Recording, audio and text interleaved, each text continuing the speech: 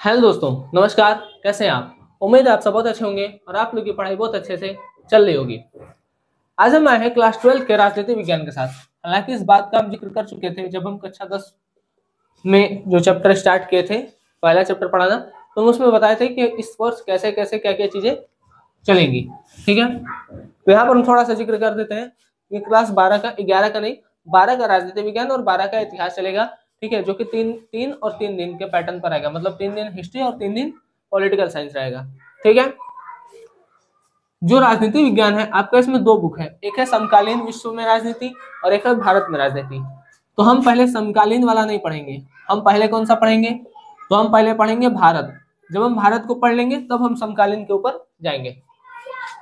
आपका भारत में राजनीति का चैप्टर फर्स्ट है राष्ट्र निर्माण की चुनौतियां। ये अपने आप में बहुत इंपॉर्टेंट चैप्टर है, राष्ट्र निर्माण की चुनौतियां। जब आप ये चैप्टर पढ़ेंगे तो आप देखेंगे कि जब भारत देश आजाद हुआ था तो उस समय कैसे कैसी समस्याएं भारत देश के लोगों के सामने आई थी। ठीक, देखिए, जब भारत देश की आजादी के लिए लड़ाई लड़ी जा रही थी तो उस समय एक दो नहीं, कई सारे लोग कई सारी बातें बोल रहे थे। ठीक है, जिसमें से कुछ बातों पर सबकी सहमति थी। जैसे एक लोग कह रहे थे कि भाई जब ये मतलब जब भारत देश आजाद हो जाएगा तो जो गवर्नमेंट होगी, ठीक है, वो कैसी होगी? तो वो लोकतांत्रिक सरकार होगी, मतलब लोकतंत्र आएगा। ठीक, और दूसरा, लोकतंत्र सरकार होगी, कार्य जो होगा वो सबके भलाई के लिए होगा। ठीक है, जो भी काम होगा वो सबके, सरकार सबके भले के लिए कार्य करेगी, भले के लिए कार्य करेगी। ठीक, सरकार किसके लिए कार्य करेगी? सबके भले के लिए, अपने भले के लिए नहीं, दूसरों के भले के लिए। ठीक है, सबके भले के लिए कार्य करेगी। ठीक है, और जो गरीब लोग होंगे, जो गरीब तबका होगा, उसका विशेष ध्यान रखा जाएगा, उसको कुछ राइट्स दिए जाएंगे या कुछ भी किया जाएगा। ठीक है, उसके लिए कुछ विशेष काम किया जाएगा। ठीक है, तो ये सारी आवाजें थी जो भारत देश की जब आजाद मतलब भारत देश की आजादी के लिए जब लड़ाई लड़ी जा रही थी तो ये सारी आवाजें आ रही थी। ठीक है, अच्छा, वो समय आया, कौन सा समय? 1947। ठीक है, 1947। ठीक है, 14 से 15 अगस्त, हम 14 से 15 लिखे क्योंकि 14 से 15 अगस्त की मध्य रात्रि को, ठीक है, 14 से 15 अगस्त की मध्य रात्रि को 1947 में वो दिन आया जब भारत देश आजाद हो गया। जो भारत देश आजाद हुआ वो बहुत अच्छे परिस्थिति में नहीं हुआ था। ठीक, वो बहुत अच्छे परिस्थिति में नहीं हुआ था। भारत देश आजाद हुआ था, भारत देश को आजादी तो मिली, लेकिन भारत देश से एक जमीन का टुकड़ा अलग भी हो गया था जो कि पाकिस्तान बना था।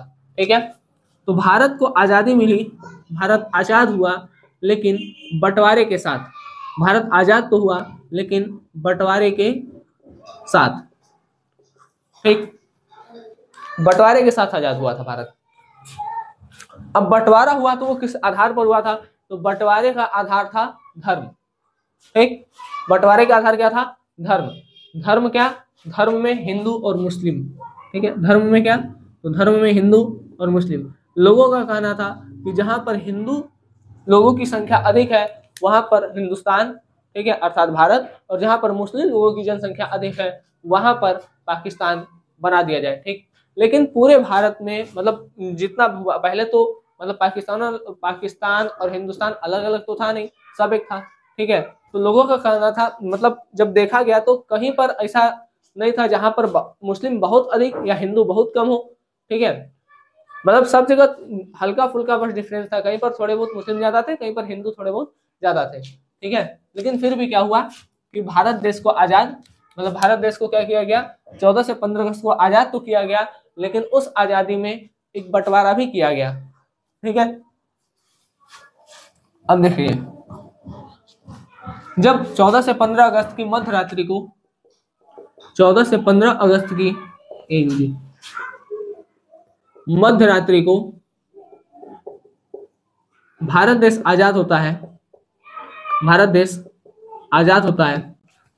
ठीक है, तो उस समय जवाहरलाल नेहरू जो थे वो एक भाषण देते हैं, उस भाषण का नाम था भाग्य वधु से चिर प्रतीक्षित भेंट। याद रखिएगा, जवाहरलाल नेहरू द्वारा एक भाषण दिया जाता है, भाग्य वधु से चिर प्रतीक्षित भेंट, मतलब कि जिसका हम बहुत लंबे समय से इंतजार कर रहे थे वो घड़ी आ गई। ठीक है, भाग्य वधु से चिर प्रतीक्षित भेंट, इसको इंग्लिश में कहते हैं trust with destiny, trust with destiny.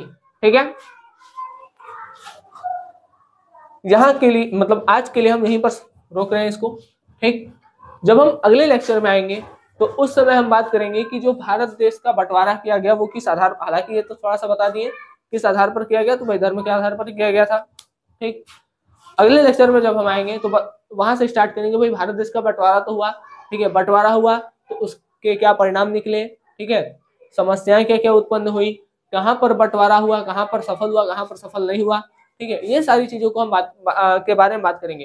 फिर हम देखेंगे कि राष्ट्र निर्माण की जो 3 चुनौतियां थी, 3 चुनौतियां कौन कौन, राज्यों का पुनर्गठन, भाई पुनर्गठन मतलब कि दोबारा फिर से एक जगह सब मतलब सबको एक करना। ठीक है, तो ऐसा जरूरत क्यों पड़ा, देखिए थोड़ा सा बता देते हैं। उस समय देशी रजवाड़े थे, कई सारा जगह था जो डायरेक्ट ब्रिटिश गवर्नमेंट के अंदर था, कई सारा जगह था जो ब्रिटिश गवर्नमेंट के डायरेक्ट अंडर में नहीं था, वहां पर राजा शासन करते थे, उसको देशी रजवाड़ा कहा गया, हालांकि वो भी इनडायरेक्टली था ब्रिटिश गवर्नमेंट के अंदर ही।